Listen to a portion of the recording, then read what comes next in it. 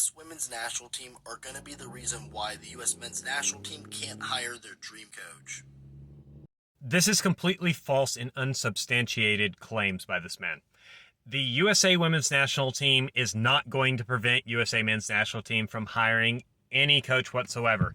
They do not have to match salaries. And if you don't believe me, you got this right here. So first off, if I was in charge of U.S. soccer, I would fly to Spain and pay Jurgen Klopp a visit.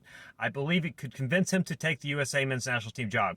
Greg Berhalter would get blamed for this Copa America, but much of that failure lies with the players.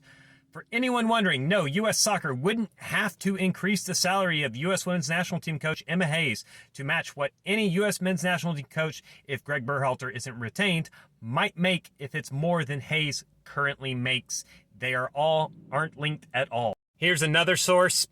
If we want to spend big money on a person like Klopp, yes, we can. We do not have to match salaries with the women's team.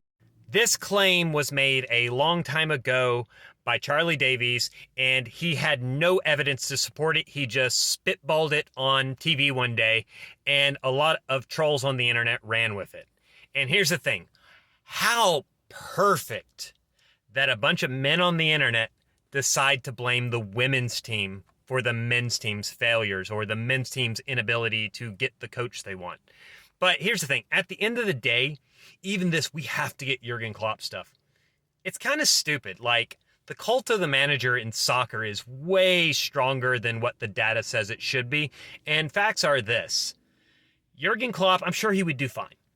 But he's not going to have anywhere near as big of an influence as a national team coach as he did at Liverpool, because something very obvious. He could buy players at Liverpool. You can't do that with a national team. You basically have the same players.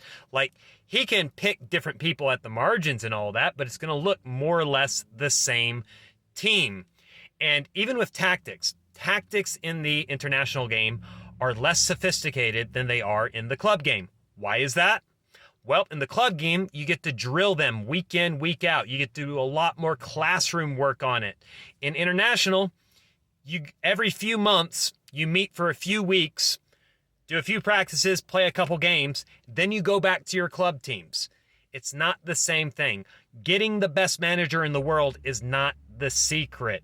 We're going to have to be patient and recognize there are dozens of different things that we're going to have to improve as a country for USA men's national team to get to that next level. And it's going to happen.